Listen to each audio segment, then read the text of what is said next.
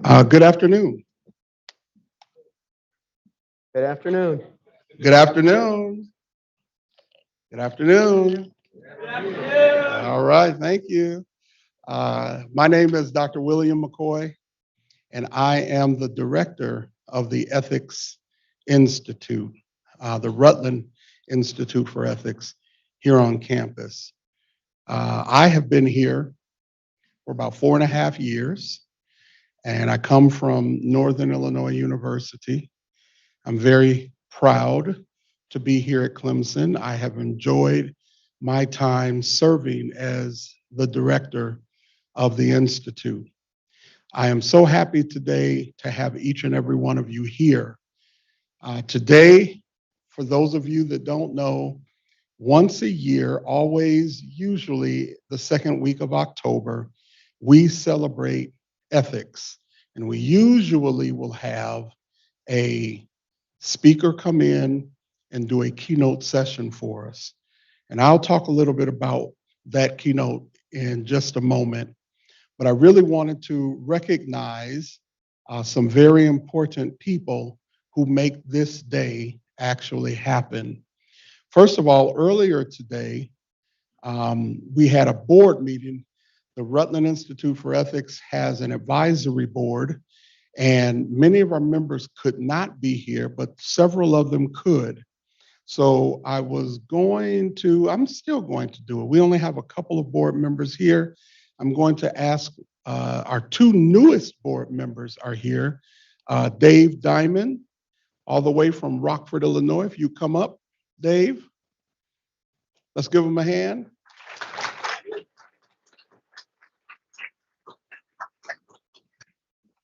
Along with him, one of our newest board members is an alum of Clemson, H.J. Harskin. We're doing this so you can take pictures and know who they are. Am I missing a board member? Those are the only two that I knew were here. Okay, let's give them a hand. Thank you. We also have in our midst some change members, and I have to admit, I don't know our student members all the way. So I'm going to ask our student change members if they would please come up. I know I'm catching you off guard, but come on up so we can take some pictures of you and appreciate you. I see a few of you. The president is here, I know, in his shorts. Come on up here.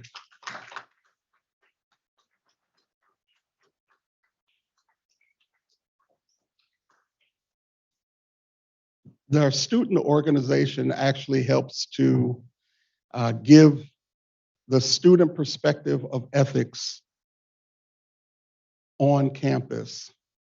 And it's really, they're an excellent group, an awesome group, along with our board members who are absolutely awesome. Thank you.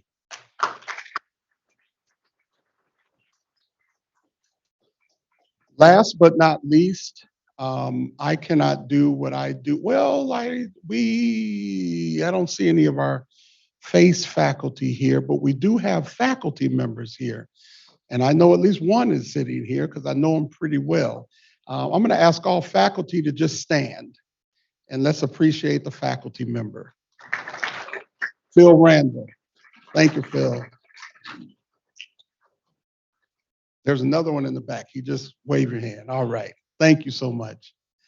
Last but not least, as I said in our board meeting today, there is no way in the world I can do what I do without the world's greatest staff. Now, there are literally only 4 of us in the office. 2 of us are full-time. The other 2, one is our grad assistant, one is our intern. Our grad assistant is in class tonight, so I'm going to just ask our assistant director, Rachel Dial, to come up, and our intern is here, Annalise Hawkinson. All right, come on up. Okay, just wave. All right, all right. So we again thank you for making it here on tonight. So let's get to the meat and the crux of what we want to do.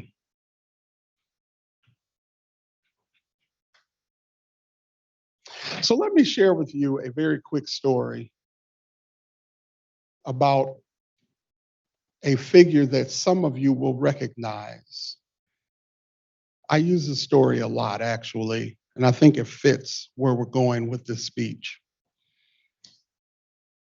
Just had another board member to come in. Wave your hand. I'm not going to have you come up. Just wave your hand. That's Nicole Clifton. She is an alum of Clemson and works as administration for Truist Bank, all the way from New York. All right.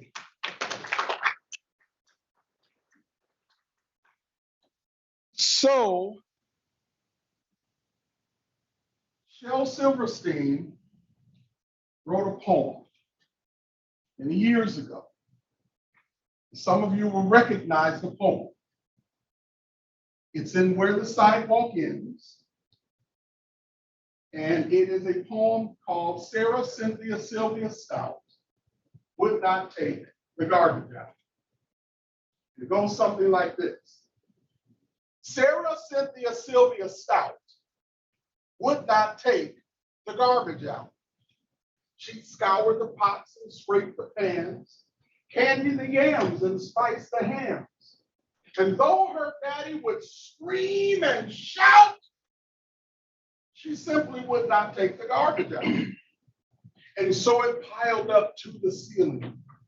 Coffee grounds, potato peelings, brown bananas, rotten peas, chunks of sour cottage cheese. It filled the can, it covered the floor, it cracked the window and blocked the door.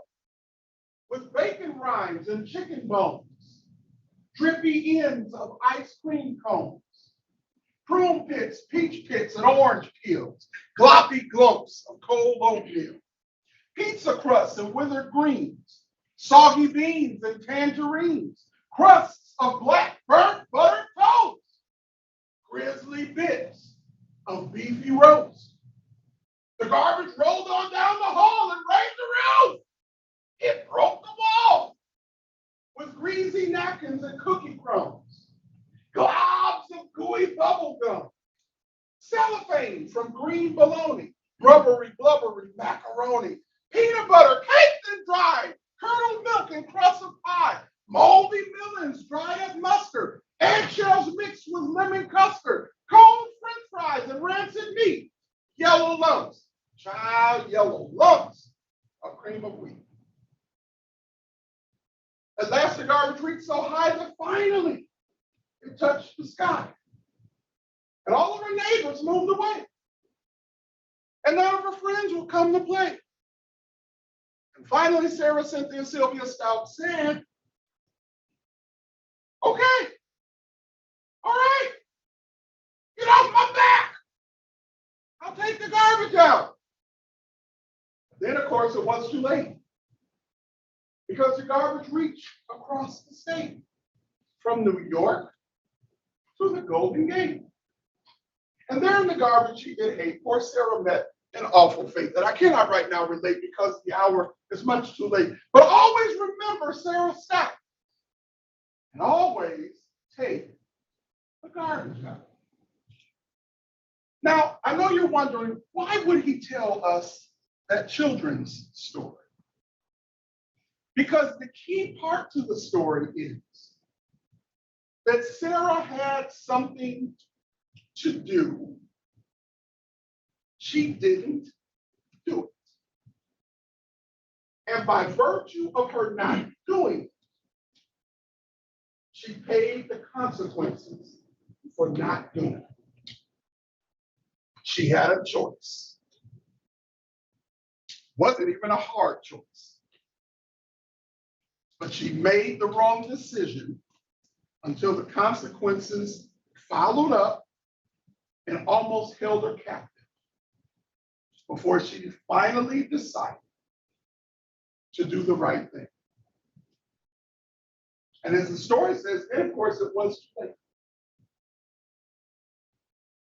On tonight, this is the first time that we have ever asked the speaker to come in and talk about openly and transparently Share with us the mistakes you've made.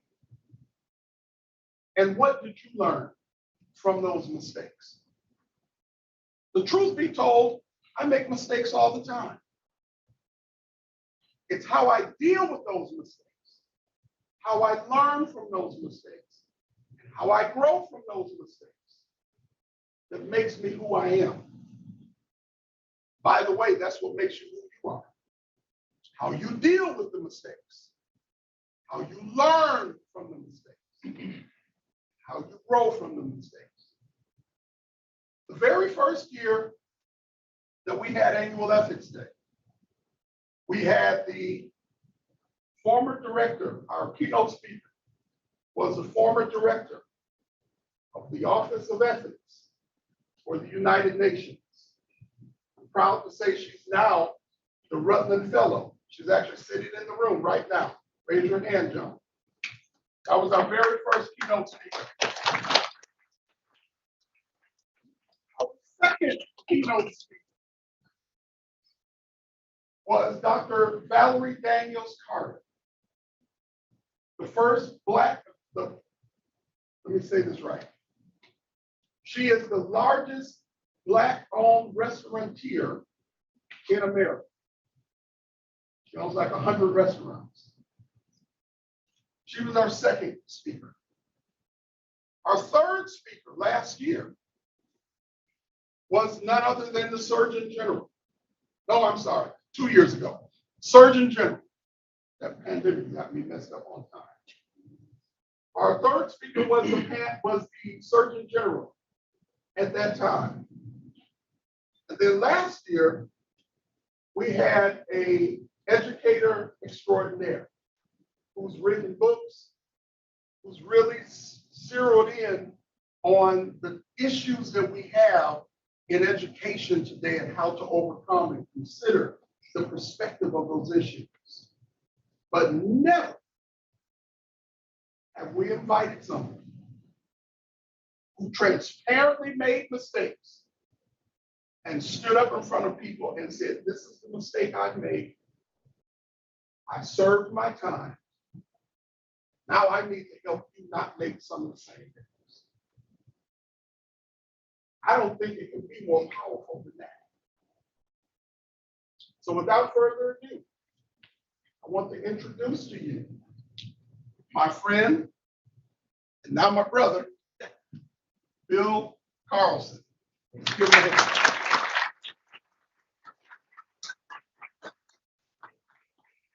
We good? I see you got the memo that I sent on that introduction. Thank you. Good afternoon, everyone. If we could have you close your eyes so we can get ourselves in the moment. I can see everybody if your eyes don't close. Those of you streaming, if you would close your eyes as well. Well, that's a record. That is the quickest amount of time I've been able to get a room full of people to close their eyes with a convicted felon in it. I appreciate your courage. Let's keep our eyes closed. What we're going to do is take a deep breath in through our nose. We're going to hold it, then exhale through our mouth. We're going to do that 3 times, okay? So in, hold it, release. Do a second. In, hold it, release. Final. In, hold it, release. Wonderful. If I could have everybody please keep your eyes closed. What I'd like each of you to do is picture in your mind you're with those individuals that mean the most to you in your life. It can be your family, friends, relatives, maybe a partner, the person sitting next to you, maybe Dr. McCoy. You're with them doing the things that you enjoy doing. Maybe it's a dinner, maybe you're playing games, maybe you're joking around or just having a wonderful time. But I'd like you to feel in your chest how wonderful that feeling is. You're with your loved ones, having just an amazing time, smiling, enjoying each other. Keeping your eyes closed, what I'd like you to continue to do now is imagine that you have something that you need to share with them, something that you know is going to surprise them in ways that you could never understand. Excuse me. You begin to share with them that over the past several years, you've been involved in an activity that has been both unethical and illegal. The results of which now have forced you to resign from the only industry you've ever been for the last 25 years. And more than likely, you're going to end up going to prison. Now picture the looks on their eyes, their expression. Some of them may think you're joking with them and they start joking around and you say, no, this is serious. You're going to see disbelief. You may see anger. You may see tears. Okay, everybody, we can open our eyes now. Thank you. This is the tough part. I've done this every time, and every time this happens. That wasn't an exercise that my parents and my two children had to go through. The day I resigned as a partner in an investment firm, I drove to my parents' house. And I sat with them and laid out what I'd been doing. I'd been embezzling money from one of my investment clients. I resigned that day, would no longer be in the investment business, the only industry I'd been in since college. And I'll probably be going to prison for this because I know what the consequences are for what my actions were. My father, being the ever problem solver that he is, started coming up with ideas on how we could make it better. I let him go on, but I knew in my heart that wasn't going to be the case. My mother, she sat speechless. My two children were in college. My son was a senior, daughter was a junior. I waited a few weeks, and then I called them. I remember that phone call as if it were yesterday. I was sitting in my car. It was early March 2017. I was sitting in a parking lot of a grocery store, and it was snowing. It snows in March in Chicago. And I called them, and in an abridged version, I shared with them that Dad's been taking money from one of his clients. He's no longer a partner in the investment firm. And your father's probably going to prison. Excuse me. My son had some colorful language for me, which I can't share in this venue, and hung up. My daughter began to cry and hung up. The next day, I received a text from her. She said, Dad, what the hell were you thinking? I didn't have an answer. I couldn't answer her. I didn't know what I was thinking. But what I did know, and what I did commit at that time, was that I would find out what I was thinking, why I was thinking, and most importantly for our time together tonight, how to avoid ever being in that mindset again. See, one of the things we don't realize in life, our actions have consequences well beyond what we can ever imagine. Like dropping a stone in a calm body of water, the ripples go out way farther than we think. So I hurt myself. I hurt those that I love the most. I hurt my client. My other clients I hurt because now their advisor that's been with them for 10 or 15 years, he wasn't the person that he thought he was. I hurt my business partners, wonderful group of individuals. I hurt the staff. I hurt my extended family. I hurt my friends, just like those ripples.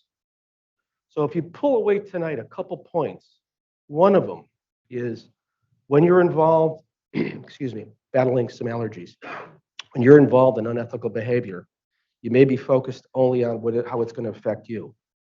But I can tell you those ripples go so far on beyond that. Let me give you a little bit of my background. Born and raised in Chicago, middle-class family. It was kind of an uneventful childhood.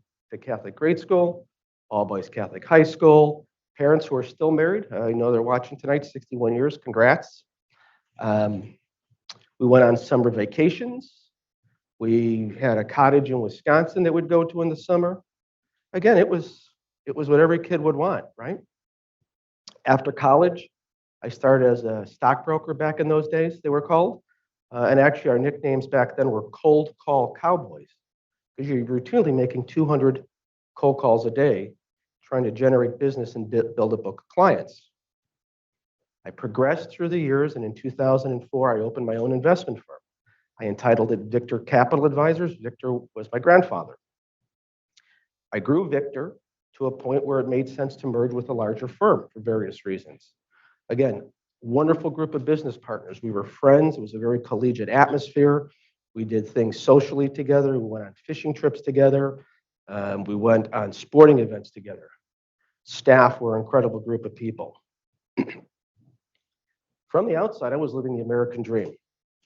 2 healthy kids, wife that could stay home and raise the children in the manner that we thought was appropriate, big house in the suburbs, nice cars, eventually a vacation house in Wisconsin. So on the outside, you look at what I have, a career, that very envious career. I had the American dream. So how'd I end up in front of you today? 2017, early, I was indicted for 1 count of mail fraud, which I pled guilty to. It was a nice way of saying I embezzled money from one of my clients. I received a 55-month sentence in a federal prison camp. I ended up serving 30 months for various reasons. I got lucky. I got out early for COVID. Okay. If there's a benefit, if I can use that term, of being in prison, it's we have more time than you could ever imagine, more free time. You can work on yourself if you want to, emotionally, spiritually, intellectually, and physically. You had that time. I had made that commitment. I was going to go in, and I was going to answer those 3 questions. Dad, what the hell were you thinking? I was going to answer why I was thinking that. Most importantly, how to prevent from thinking that way again. When I got in, the first thing I did was I took a self-inventory. Who was Bill Carlson? Looked at the good and looked at the bad. And unfortunately, when I got done with that, I didn't like who I saw. If I would have met me and gotten to know me, I probably wouldn't want to hang out with me because my priorities in life were all messed up. Secondly, you can have a lot of time to read. I was blessed to have family and friends that were very supportive. I got books and books and books in, and I read. Why do people make these kind of mistakes? How do you avoid making these kind of mistakes? What happens? I was also very fortunate that early on I met an individual named Jeff. He was on a parallel path.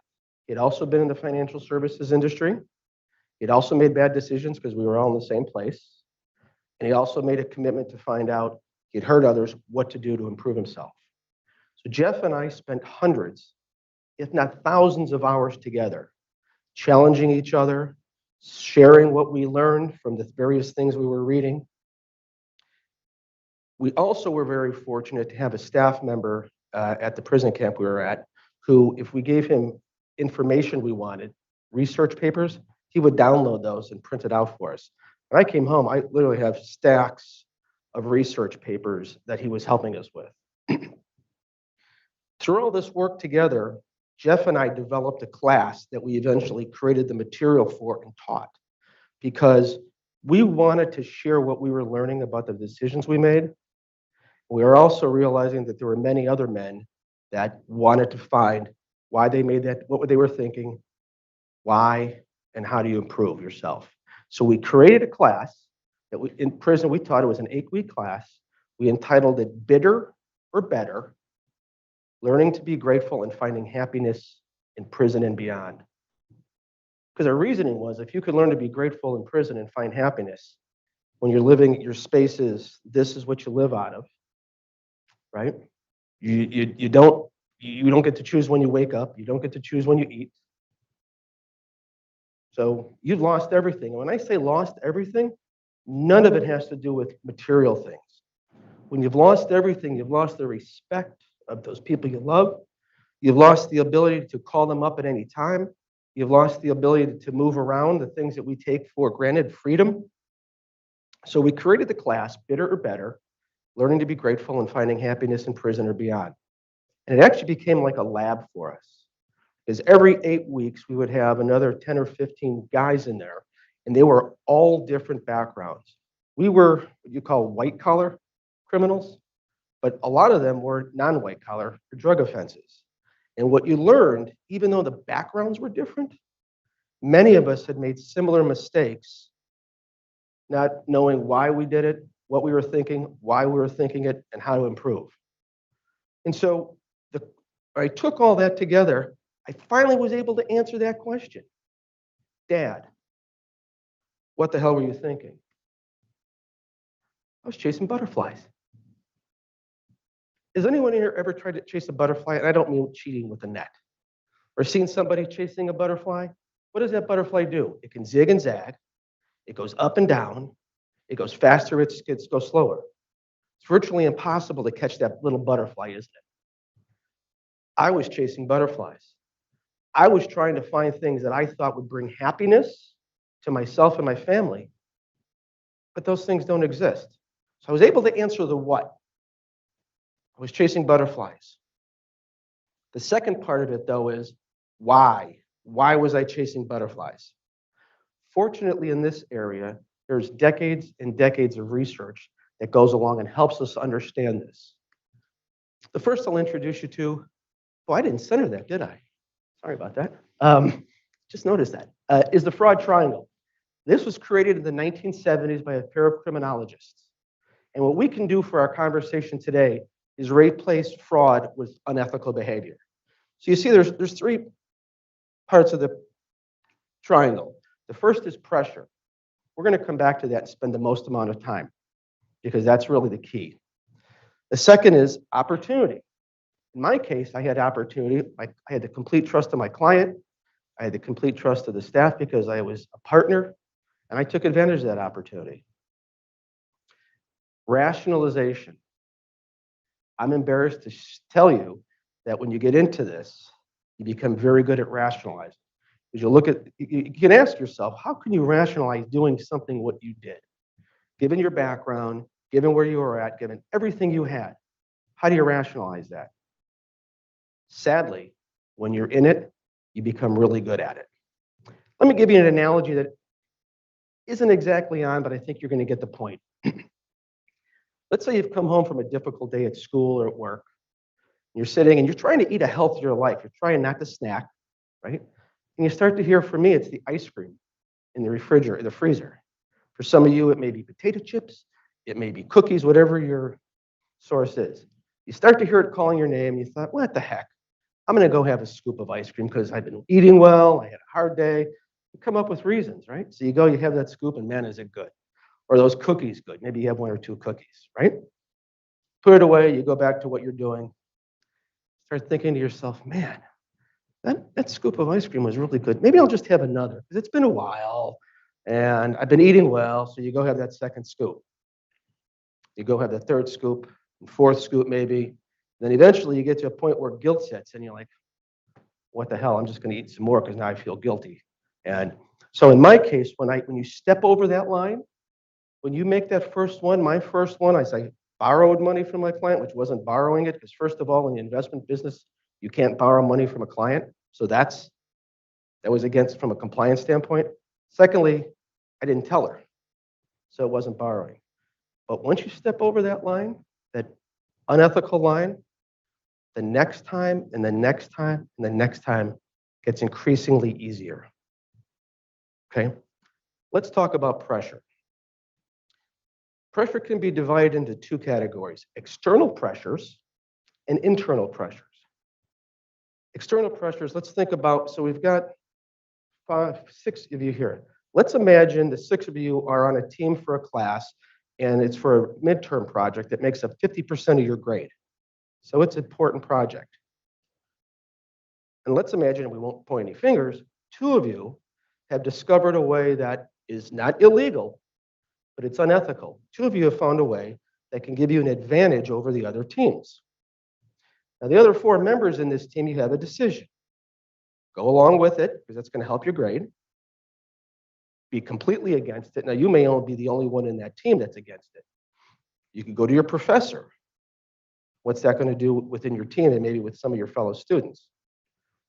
So what do? So you know what? We know other people are doing it. It's not illegal. It's going to help me get a better grade. Maybe then it'll help me on my GPA, and then So what you make that step. That's more of what we're talking about today. That's external pressures. You also have peer pressure, which let me back up for a second if I could.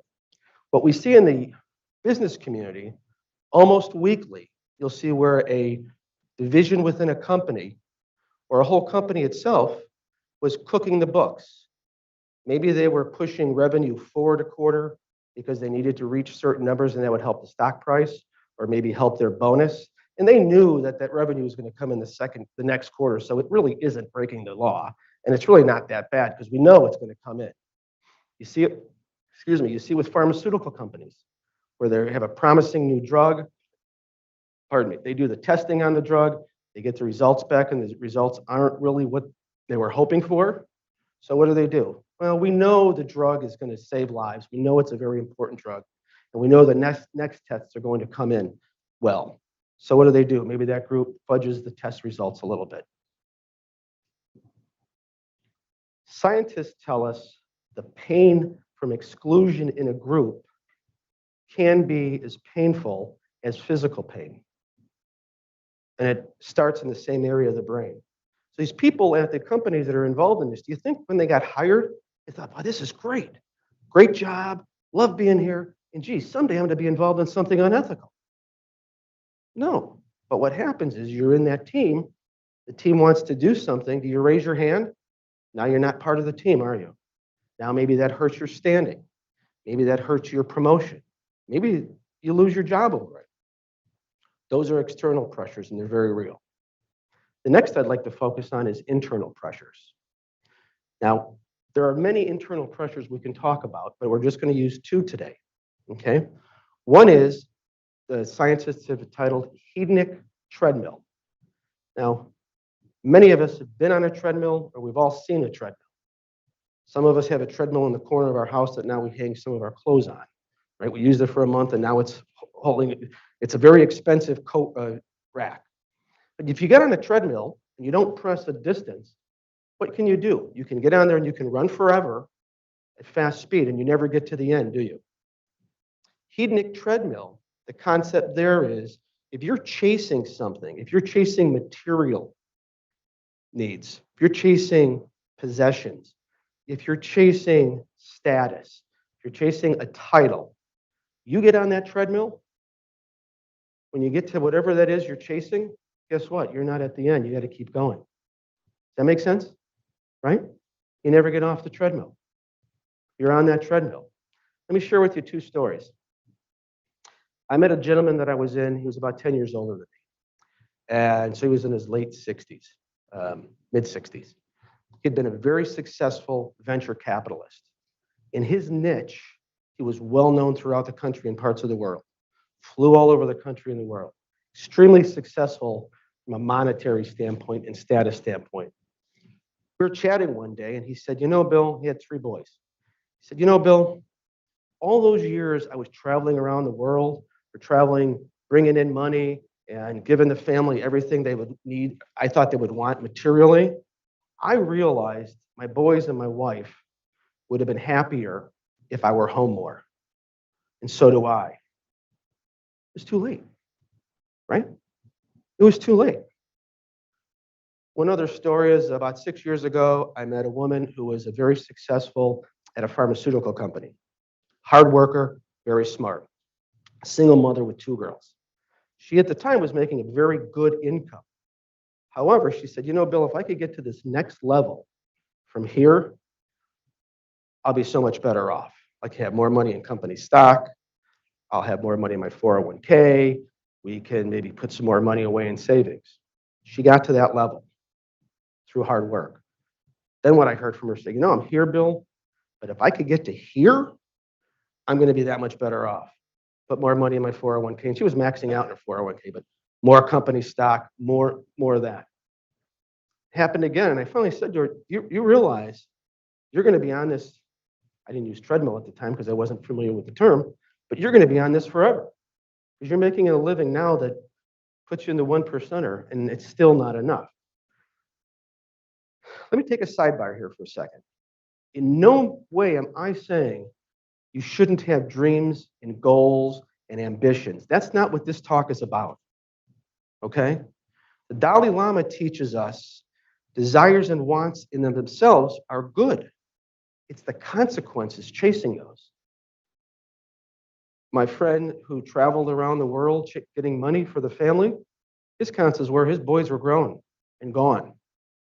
He's never getting that time back, okay? The one other talk I would like to talk about is peer pressure from an internal standpoint. We've been subject to peer pressure since we've been this big, right? You're in the cool group at school, and there's a kid that's not considered cool, and you start making fun. It's difficult to go against them, isn't it? Now, you may feel wrong on the inside, so maybe you don't say anything, but how many of us have the courage to say, hey, stop that? I know I didn't. Most people I know didn't. You just go along with it, right? Again, the peer pressure is very strong. So if you're in a group at work and they're doing something, or you have this midterm paper you're working on, and it's going in a direction that you know internally is wrong, it takes a lot of strength to say, I don't want to go that way. I'm confident nobody in this room 20 years from now will be giving a presentation like I am, because I don't think anybody's going to do what I did. That doesn't mean anything. What you take away from this is once you cross that line, there's no going back. So I answered the what was I thinking, the why was I thinking it now. The reason I was thinking this is I believed, as we're convinced today through it, and these aren't excuses.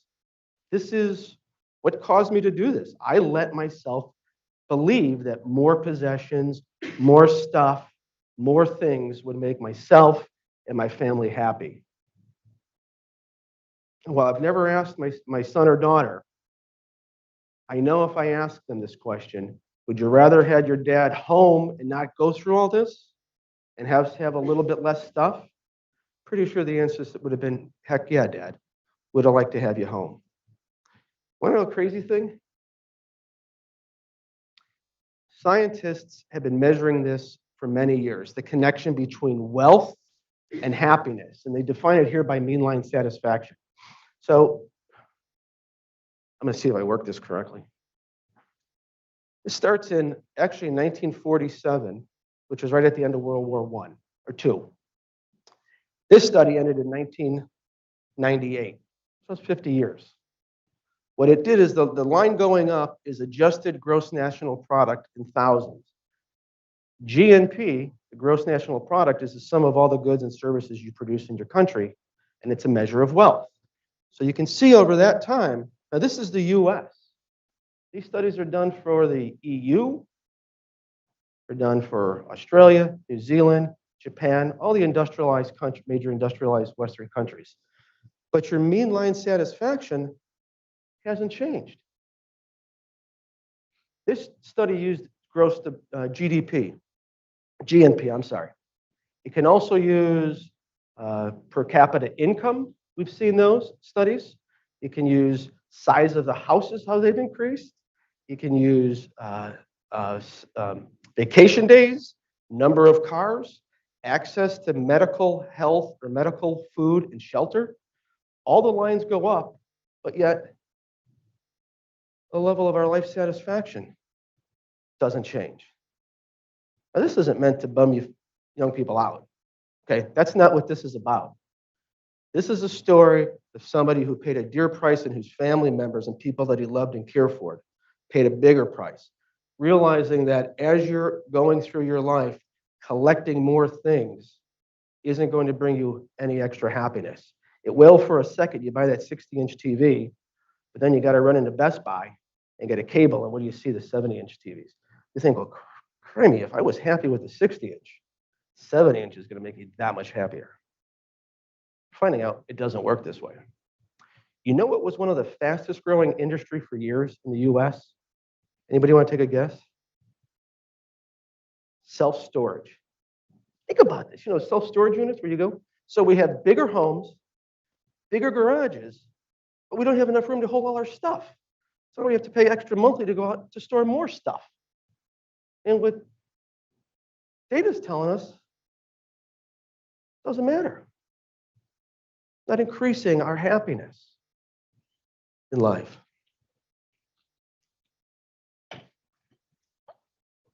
Boy, I'm tiring out the signers. I'm talking to liars.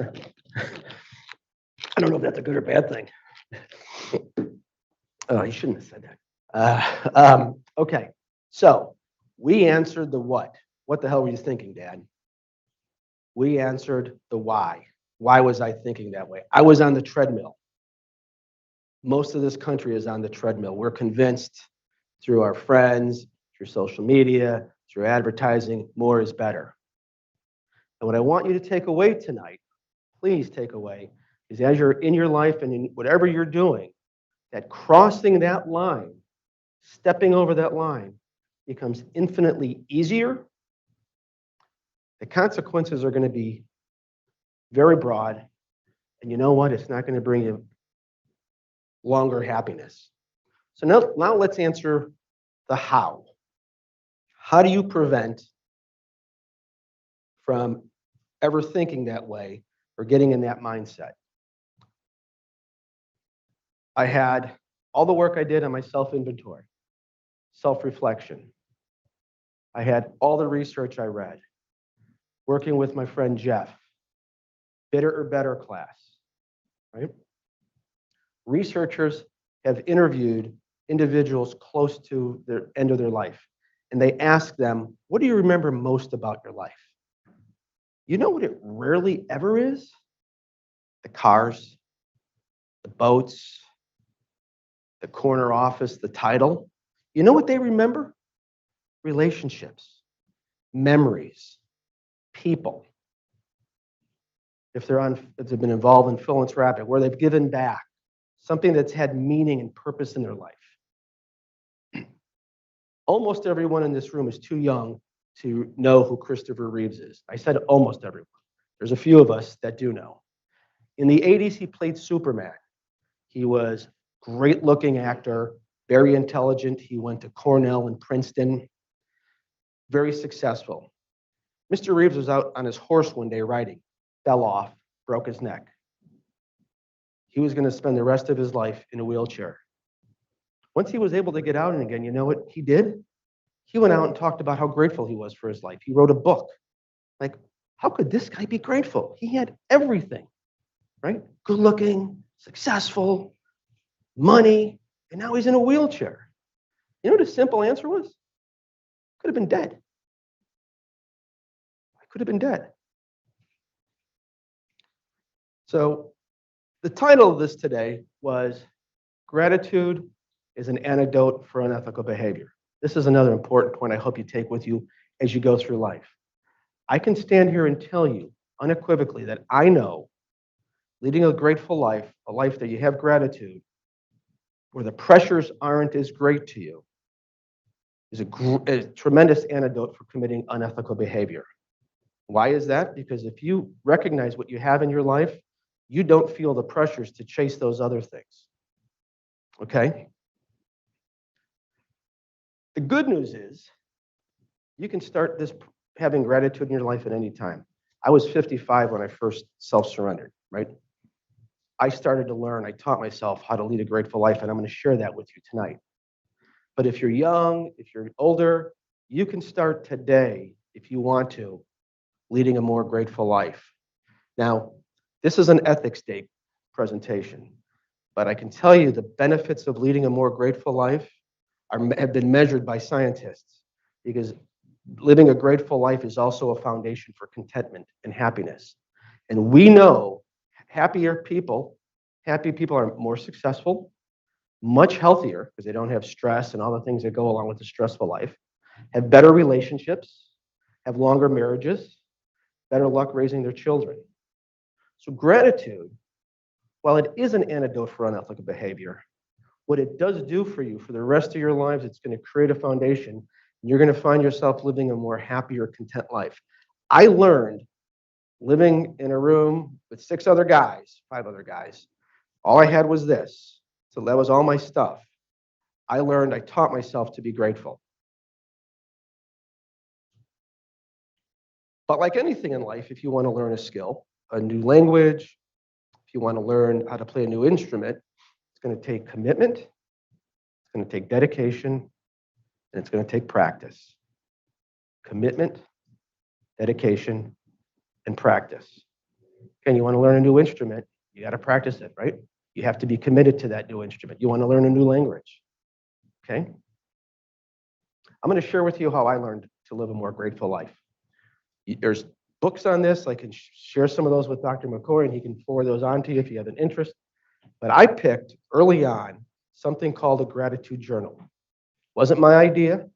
It's a great idea.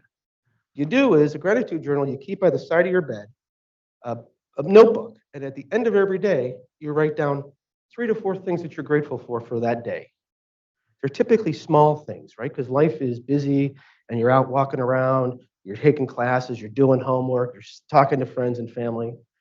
But here's what forcing yourself at the end of the day to think of 3 or 4 things. First thing is it has you focus on the positives of the day. And there's positives in every day. You just have to start to look for them. Christopher Reeves found a positive in his life. If he can do it, we all can do it. What it also does is when you're having a bad day, and we're human, bad days happen, you got that gratitude journal, you can start to look back at all the things you got to be grateful for. Like, dang, I got it pretty good. Maybe I shouldn't feel so sorry for myself, or maybe that bad grade, or maybe whatever it is. Maybe the crossword I had with a friend will patch that up, but I've got a good life. I've got a lot to be grateful for. So what I'd like to do is, I brought one of the pages. You can see that was August 9th, 2019. There's a bunch on here, but this is what I had to be grateful for at the end of each day. I apologize. When you're in prison, you don't have a word processor or a computer. You've got a pencil or a pen and a notepad. So let me just take, so the first one, National Parks with Ken Burns. We got to watch the National Park series with Ken Burns. It was amazing. I wouldn't have watched it. Yeah, I had the time, but I was grateful for that. Erica and Jay are my brother and sister. I got emails from them. Kegger gave me his contact information. I know, there's a story behind that. So I taught GED for 16 months when I was in Duluth. It was some of the, outside of my children, it was some of the most rewarding work I'd ever been involved in. Kegger was a guy from Chicago, as most of my students were inner city guys or guys that had lived in the country and they just 6th grade, 5th grade, 7th grade, reading. A lot of them had learning disabilities. Kegger was a Hispanic guy that I was teaching him, helping to teach him English. One of the times, and that was his nickname, Kegger, because he was a big boy. That's where he got the nickname. But one of the times in visiting, he was there with his family, and he brought me over to see his parents, and he explained to his mother that I'm helping him learn English. I got a big hug from her. And so what I was about to transfer to another camp closer to the house. And so I got he reached out and gave me his contact information, something very guarded when you're there. Let's see here. John Miller said to me, "You'll be missed." It's a guy I met there, and I was leaving in a few days. And he said, "Bill, you're going to be missed." That was something to be grateful for. So there's a bunch on there, and I won't bore you with all of them, but that's what a gratitude journal looks like. It's simple. It gets you focused on the positives of the day, because I can tell you there were a lot of days when stuff wasn't positive there. And it wasn't violent. I was in a prison camp, so the only fights I saw were if somebody owed somebody money, or if you changed the TV channel when you weren't supposed to. I'm honest. That's the fight you saw. There were no bars or fences, but the message. So that was the how do I live a better life? It's gratitude, because it is an antidote for unethical behavior. Because the class we taught, the bitter or better, the guys in that class, regardless of their background, white collar or non-white collar, they shared with us, went through very similar thinking, but they had different means of achieving their ends. So hopefully, part of this message that you take home with you today, you think about it, is the importance of living a grateful life. because what it's going to do, it's going to keep you off the treadmill. It's going to stop you from chasing butterflies. So what I'd like to do now is open the floor to questions and answers. You guys can ask almost, I'll answer almost anything, okay? And then I have about 3 or 4 parting thoughts I want you to go home with. So did I surprise you with that part? Oh, I'm sorry. We're going to do the questions now.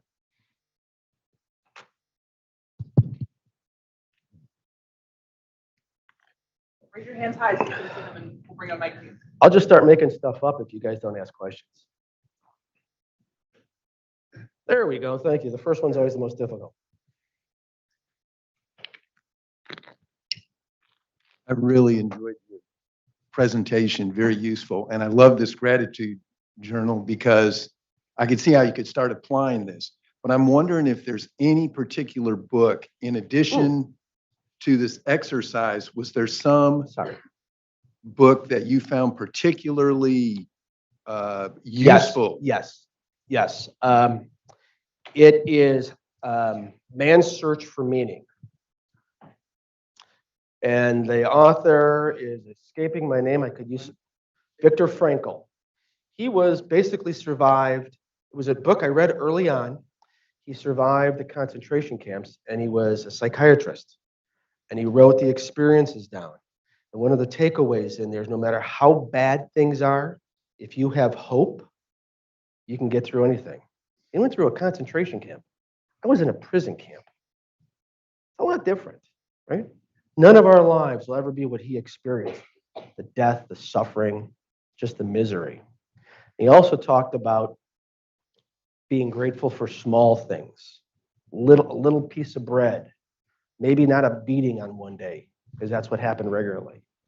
So he taught me a lot about looking for grateful things during the day.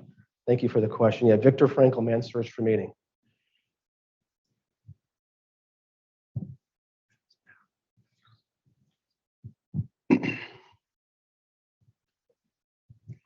Yes, sir. Sorry. I've been personally thinking a lot about my major and what I want to legitimately do, whether I want to switch or not. And from what I've heard from you today, especially from the money aspect, how would you say that, like, when I'm personally thinking about what I want to major in, how should I measure like my happiness toward each one? Like, if I think I'd be more happy in one, but I know it's severely less paying, do you think I should pursue the one that I really think will make me more happy? Well, everybody heard the question? I can't tell you what to pursue. But I can tell you if you're chasing money, it'll never be enough. Now, if you get to a point where you say, this is good, I'm happy, I'm making a nice living, but passion, you look at people that are successful, they're doing most often things that they're passionate about, okay? I don't know what the two things you're bandering about, so that's your decision. But if you really like the other thing, that's really where your passion is. One of the crazy things when you do something you're passionate about, you become really good at it. And it's possible you become really good at that, you become one of the best at it, and maybe typically the financial rewards will come with it, but that's not why you're doing it. You're doing it because you're happy every day you go to work, or you do what you're doing. You don't even consider it work.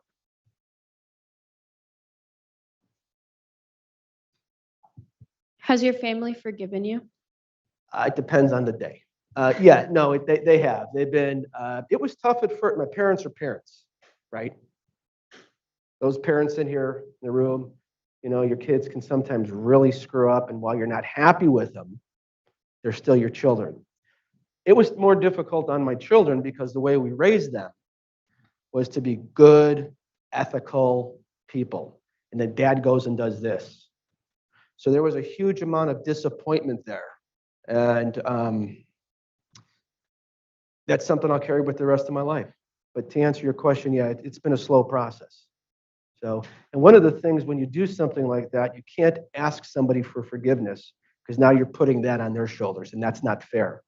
Does that make sense? You can't say, please forgive me. Now the pressure's on them, and they may feel bad if they don't. Can't do that. Thank you for the question. Oh, yeah. Thank you for your presentation. I kind of had a question when it came to ethics and the pyramid. Mhm. So it was more of like when it came to rationale and like how you rationalize things. Do you feel like when you were making those unethical decisions and rationalizing it, that it felt wrong at the time, or did it feel right? Oh, it never felt right. That's a very insightful question. Thank you for that. It never feels right because I wasn't raised that way.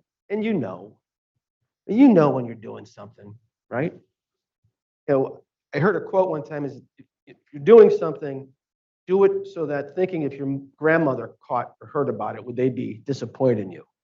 I kind of butchered that, but you get the point. So it always felt bad, but you justify it to maybe make it feel a little better. But I also drank a lot at that time. Because alcohol, you think, can solve a lot of problems. Problem with alcohol is it's a depressant. So you drink, you're a little bit happier, but then the depressant part of it sits in. So I was using that as a way to mask the guilt. Does that answer your question? Yes, thank you. Thank you.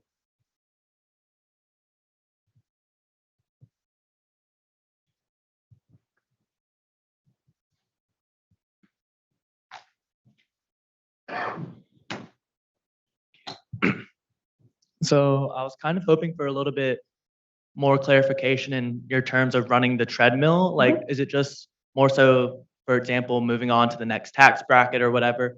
Because I was trying to think in terms of like, let's just say weightlifting. Mhm. Oh, you want this max, and then you finally reach it, and then you're like, oh, I want to get the next weight, next weight. And so at what point does that goal just become running the treadmill? And then if it becomes what should I do something else? Mhm. When does that contentment become resentment? And That's a good question. So let's use your weightlifting analogy. You want to keep getting personal bests. Eventually, you get to the point where you really hurt yourself, right?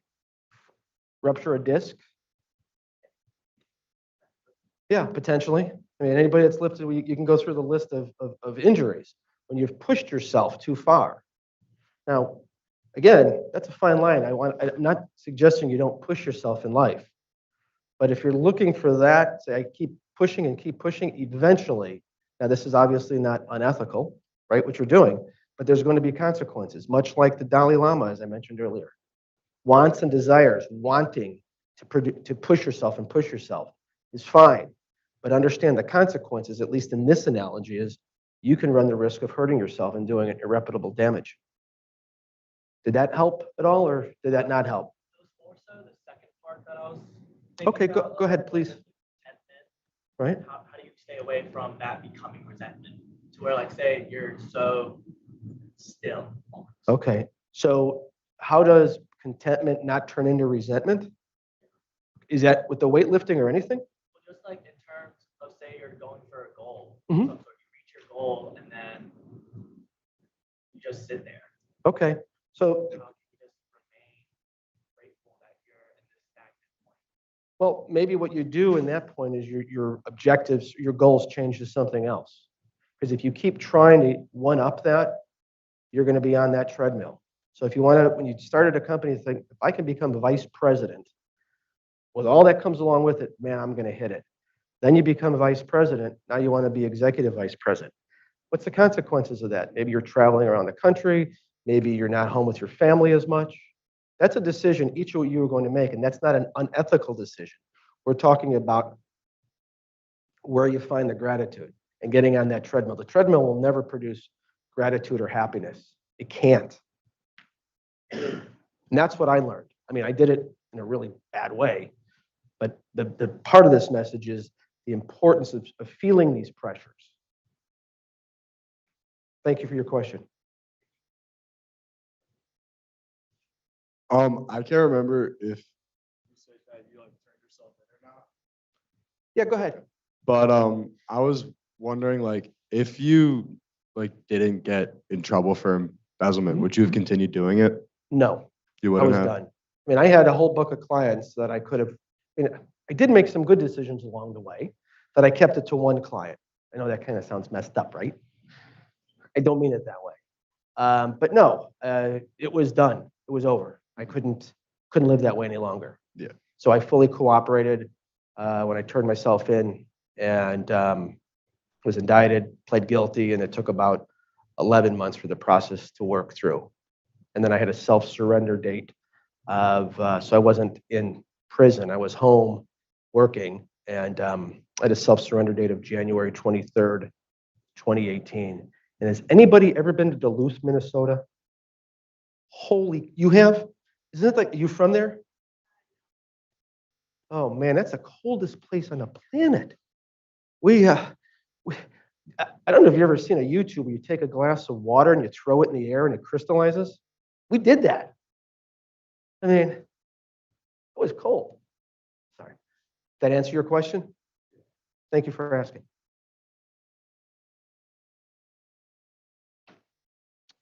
Any other questions? Oh, we got two more over here. Yes, thank you for your presentation. I enjoyed hearing about it. In fact, the fraud triangle aspect is something that I've used in my class, and these guys are going to see it again. So, Okay, sorry. But I probably won't talk about it because I think you've covered it. Well, thank you. Yeah. My question is, the gratitude work that you did helped you improve yourself. Sounds like emotionally, keeping off the treadmill. Did it have any impact on your spiritual life? Well, I'm a spiritual person, but not overly religious. So when I was in prison, my actions got me there. Okay. But I also recognized that there was a higher purpose to me going through this. And it's why I'm here today. It's to share those lessons learned the very hard way. And again, it wasn't as hard on me as it was my family, my friends, my clients. Much harder on them. But I felt spiritually that if I had this thing that I was learning in a very difficult situation, that I had to come out and share with it whoever would listen.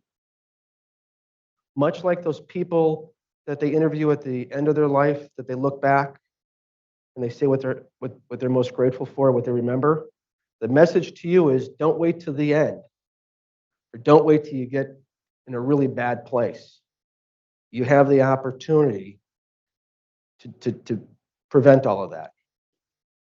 Does that answer your question? Thank you. We got one over here, I thought, and then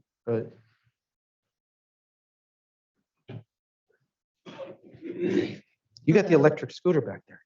That's pretty cool. Yeah. Thank you for your presentation. My question was, what has primarily defined your upholding of ethics? Because you recall a lot of self-reflection in prison, but I assume you didn't have as many resources and outgoing influence that you were receiving. So was it primarily religious or like cultural values, relationships that you valued that drove your new definition of ethics? It was that self-inventory. Started with, what was I prioritizing in my life? What did I think would bring happiness?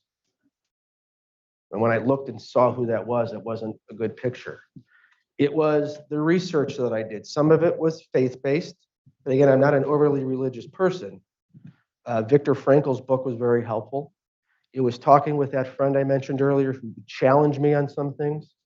It was the research papers and just trying to understand why good people make bad decisions. Was that helpful? Thank you. There was another. You can get extra points for 2 questions.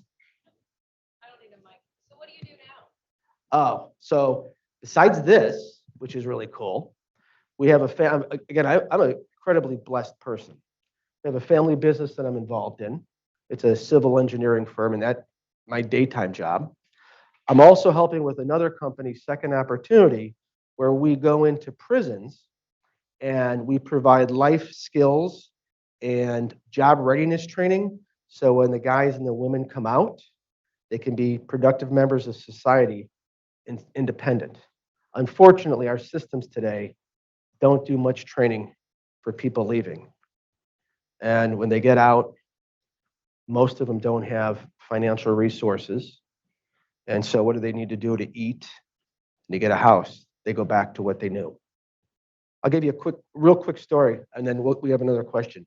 So when I was in Duluth, we were at the lunch table one day, and a gentleman next to me who had been in 10, 12 years was getting out in 3 or 4 months. He was really excited because he was going to start having his family send him in classifieds for jobs, want ads. Because when he went in, that's how you did it. He said, dude, because that's what we call him. He said, there's no, it's all internet. It's all, he goes, what do you mean? I said, no. He had zero preparation for that. He gets out, maybe like a 60, 70%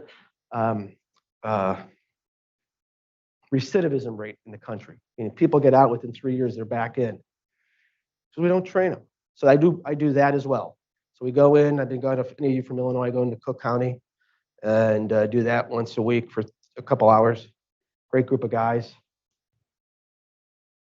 I haven't been shanked. No, I'm kidding. I shouldn't say that. Thank you, though, for that question. There was another, yes?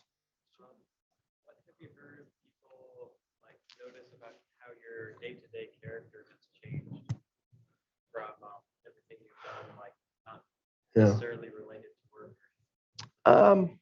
Well, I hope they say it's good. I'm doing stuff like this, and it's hard. That's a good question. See, both of my kids live out of state, so I don't get to see them as much as I'd like personally. I know my friends that I hang out with, they like what I've come out with because before the old me was about money and stuff, and now it's about doing things together. I get to go fishing with my dad a lot because they live close. Before I wasn't taking the time to do that. That's messed up, right? It's my dad. He lives close and I don't go fishing with him. So I understand the importance of memories and relationships a lot more than I did before. It was a very expensive lesson. So, yes.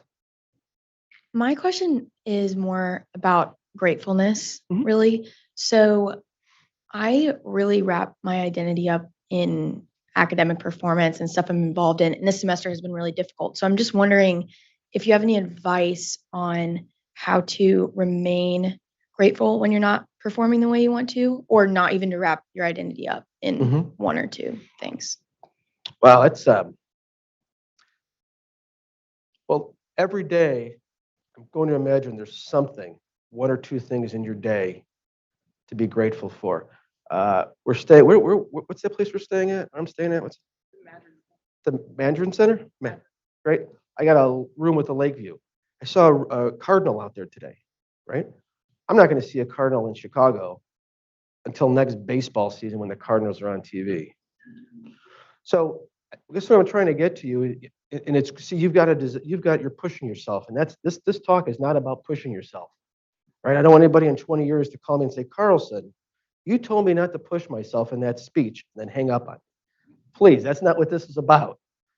So you're going to have ups and downs, and if you tie your self-worth to the grades, that's where somebody ties their self-worth to a title or to a possession, that can become dangerous. And I can't tell you how to live or what to do, and wanting good grades and pushing yourself is great. But if you don't get that grade, what happens then? Thank you for the question. Yep. So you made I like the idea of the gratitude journal. Let me stop you for a second, because I need the people who are online to hear this. Yeah. So we need to use the mic. All right, thank you. Go ahead. So I like the idea of the gratitude journal. But is there any other things that you do on a day-to-day basis, or something that you thought of that you wanted to change in your life, like either wake up earlier or anything like that to help you to stay motivated and want to get better? Well, I pushed to be taller, and that didn't work out so well. No, a big part of that answer is living in the moment, right? And having perspective. So I used to be a very impatient person. Those that know me know I didn't do waiting very well, right? I don't know why. It's just the way I was made, okay? What I do now is I use perspective and I try to be in the moment. And I also have the advantage of thinking to myself, yeah, I'm stuck in traffic, but I'm not in prison. You all don't have that perspective, and I don't want any of you ever to have that perspective. So if I were, let's imagine we're trying to learn an instrument. Do you ever fully master that instrument, right? Or a new sport, right? The best athletes in the world. Trevor Lawrence has a quarterback coach, right? Y'all remember him? Some of you, right? He has a quarterback coach. For me, I know the old me, and I know if I don't pay attention, that old me can pop up because we get in the habits, right? If you ever tried to lose weight or exercise, what happens? You skip a few, and then maybe you start eating not healthy or not exercising. To go back to your question, I want to be a better person each day because I've got those around me that deserve a better dad. They deserve a better son. They deserve a better friend. That's what pushes me to do it. And do I slip? Yeah, I'm human. That's why I have the gratitude journals laying around. You know, this is going to be a great one. Saw a cardinal today. Got to be with you guys. Sat in a great board meeting for the Ethics Institute. I mean, that could be like 10, but that would be cheating. So does that help answer your question? It's about self-growth. It's about, just, and you're going to fall. You're going to, I mean, saw a real nice Porsche the other day, and I started thinking, like, it's a stupid car, man. Right? Now, if you like Porsches and that's what you want, that's cool. But guess what? When you get the Porsche, you know what's going to happen. There's going to be a guy down the road with a Ferrari. Then there's going to be a guy with a Bugatti. That's that treadmill. Those are progressively more expensive cars for those that don't care about cars, which you're lucky if you don't. So does that help? Is there another one? I have one from online if you want to Uh-oh. take it. It I could be know. my dad. It's not your dad. My mom is the worst. One person they want a discussion a little bit about your kind of what led you to make the decision to embezzle. What do you think led you astray from what you were taught growing up in terms of ethics, and why were you not guided by ethical kind of logic from the beginning, do you think? I was on the tread. This is the tread and the pressures. I believed that chart, the more stuff would be better. So what I originally did was I borrowed money to get into a business adventure with a guy who I thought was going to hit a home run, and I could pay the money back, and then it was just going to be incredible. Didn't work out. I lost the money. Right? Then the next time it's a little easier. Well, now I lost that. I lost some other money. I got to make it up. They said earlier, once you step over that line, it gets easier, and then you start justifying it. And it's hard sitting here to think about that, but try to use the analogy of cookies or ice cream, which again is a very simplistic analogy, but it happens. And I met so many guys when I was away that it started with that first one. And before they knew it, it got to be so big, it became a monster. That wasn't my dad. It'd be a lot tougher. You asked me why I didn't take out the garbage earlier. No. Is there any other? Let me ask a question. I assume that part of your remedy for self-reflection and gratitude includes the ability to be balanced. Is that true? Would you say that you were balanced before you made your mistake and remained balanced, or was there an imbalance? Oh, there was an imbalance, but I mean, could you define, let me ask you to define what you mean by the balance, please. Sure. And this question came from the young lady who asked about, I'm engaged, I'm really totally engaged in academics, and the word that came to my mind was I wondered, there's a need to be balanced in what you do, so that I'm old, so I can say this. I can look back at my college career and understand that there were times that I was not balanced, and that seemed to me in my life. Things were, it was easier for me to make mistakes in my decision making because, for instance, maybe I wasn't getting enough rest, or maybe I didn't study enough. And so it created imbalance in my life. Mhm. Now that I can look back, I can see that there was imbalance in several areas of my life, which led to me making some poor decisions. Now that I've gotten older, I understand better what I should have done to be a bit more balanced Sure. in my life. And so that's Yeah. what I mean. Well, let me answer it this way. And I hope it addresses part of your point and your question. Is I had so much in my life to be grateful for. Right? Great kids most of the time. Very supportive parents. We had an extended family. We did stuff all the time. Thanksgivings, Christmas, things in the summer, went on vacations with them. I had a great career. I had wonderful business partners.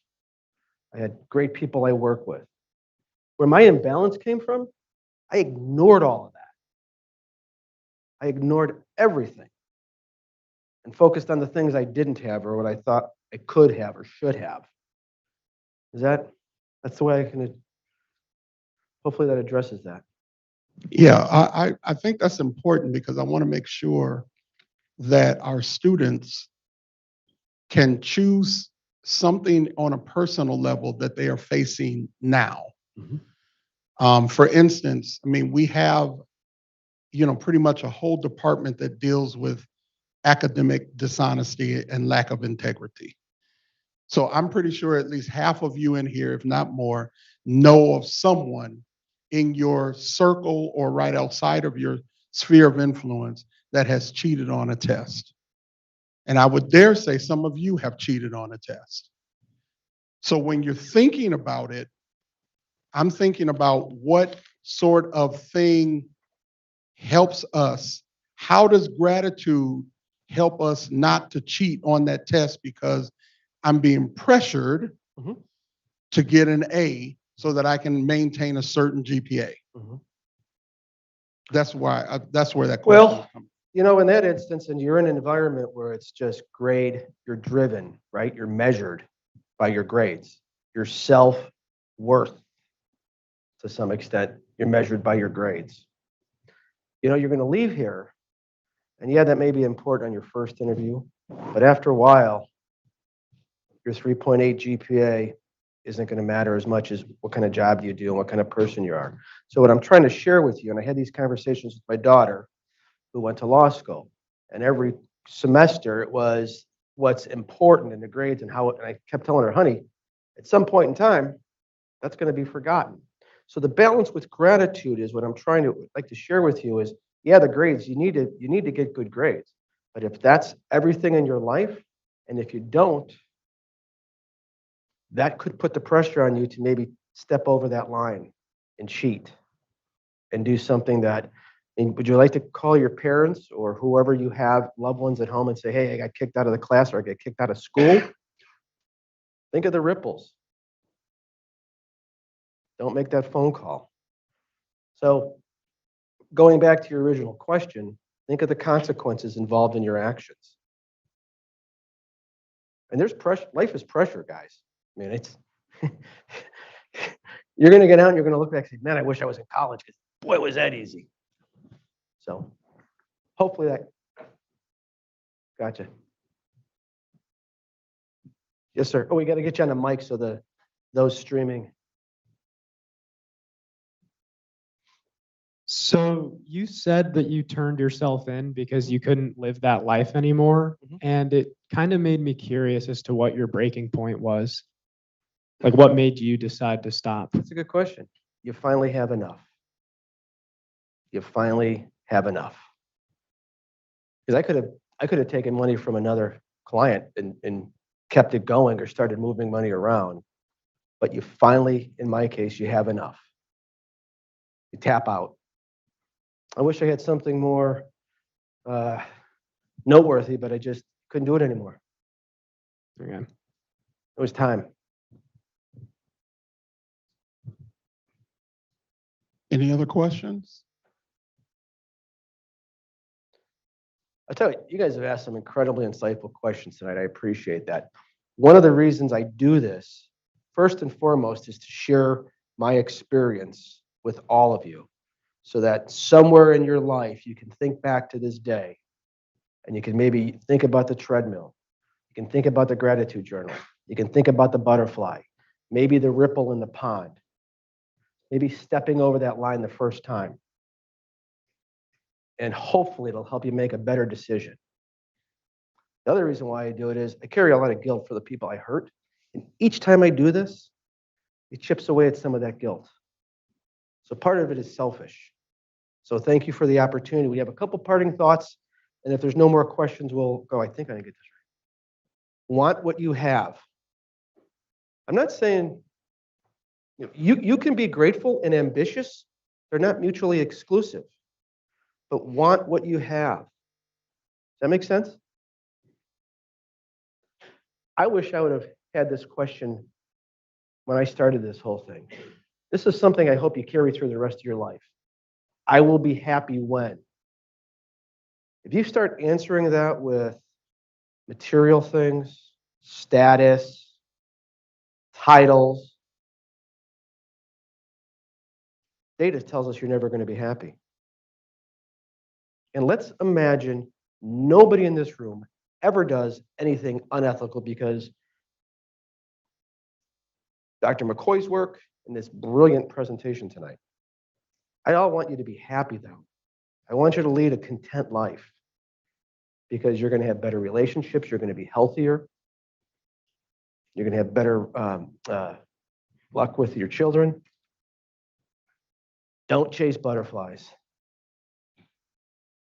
I was chasing a butterfly. The last one is gratitude turns what we have into enough. It's not about accepting. It's about I got this 60-inch TV or whatever it is.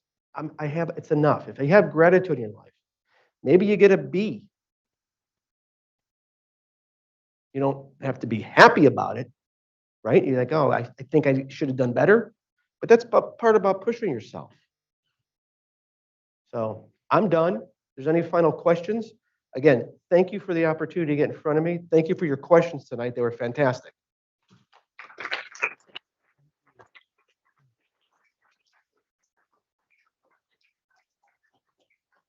Thank you so much for giving us a wonderful perspective of having enough.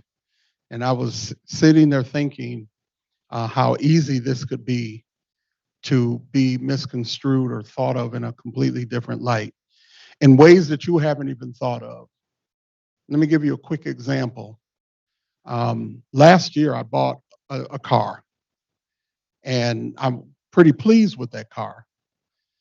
But then this year, because I've been driving that car so much, I've thought more than once about getting rid of the car and getting something else that costs more. And why would I think that way? Because number one, I can afford to do it. But what I've had to do is rationalize with myself, how much sense does it make to go get another car that's a higher price, which means you have to pay more money, and you already have a car that's only 1 year old. Why do it because you can do it? Why not let it make sense? One of the best things I've heard recently from one of those memes that I see on Facebook is make it make sense. And I think a lot of times that's what we need to do is make it make sense. So the last thing we're going to do just before you leave, there are a couple things we want to make you aware of. Number one, we do have the Change student group. If you're looking for a group to get involved with, they do ethics programming across the university, within their college, and even for university-wide. So if you're interested, you just see us and we'll direct you to the right place to go. We also have our Distinguished Ethics Scholars program. For those of you that are very interested in being engaged in ethics activities and ethics programs, you can do that to the point where upon graduation, if you meet certain requirements, you will earn or can earn a cord to go along with your graduation regalia. If you go an even higher level than that, then you can even earn a graduation medallion. And that's something, all that's on our website that you can check out. We also have an ethical student leadership conference coming up. It's supposed to be held over in Charleston this year at the Citadel because we've hosted 3 years in a row. So this year, we're supposed to be taking a group of people, of students over there. So if you're interested in going over, it won't cost you a dime. We'll pay everything. We can take up to maybe 5 to 10 students. But if you're interested in going over, I think it'll be probably in February, and want to go and spend some time with Coastal Carolina students, the Citadel students, and hopefully Washington and Jefferson College, and maybe even Emory is supposed to be there. Please see us and we'll let you know what you need to do. And then in the spring, we also have the TIDE conference, Tigers for Inclusion, Diversity, and Ethics. And that will be something that every college has a speaker. Please just kind of watch out for that because that's sponsored through us. What am I forgetting? Am I forgetting anything major? Oh, yes. How could I forget that? This was on my mind first. And the last thing is that we actually offer 2 awards, okay? We try to give money away. The first one is the Cherry Broswell Rutland Award, which is you kind of write up what you did in your life that you feel helps make you to be viewed as ethical, or something you've done or some actions you've participated in that would deem you to be good ethical decision making, good ethical leadership. We usually give 1 award. However, last year we had so many good submissions and we actually had extra money left over, so we actually gave 3 awards. We also have, for those of you that are involved in groups and like fraternities, sororities, any group on campus, I can simply say it for the Barton Award. If you do a program and somewhere in your program you embed something that promotes ethical leadership or ethical decision making, it doesn't have to be the whole program is about that, although that would be nice too. But if you have some part of it that promotes it, then you can submit the paperwork and be considered for one of the 3 prizes, 500, 1,000, or 1,500. And that would go to the group. That doesn't have to be a formalized group. If a couple students get together and say, this is what we want to do, we'd like to be considered, you can do that, okay? Last year, we normally only give 3 awards. Last year, again, we had extra money, so we actually gave away 6 at that level and then a lower level. So I want to really encourage you to participate in one or both of these awards, okay? Thank you again for your presence. Thank you again for your attention. Go forth and be ethical.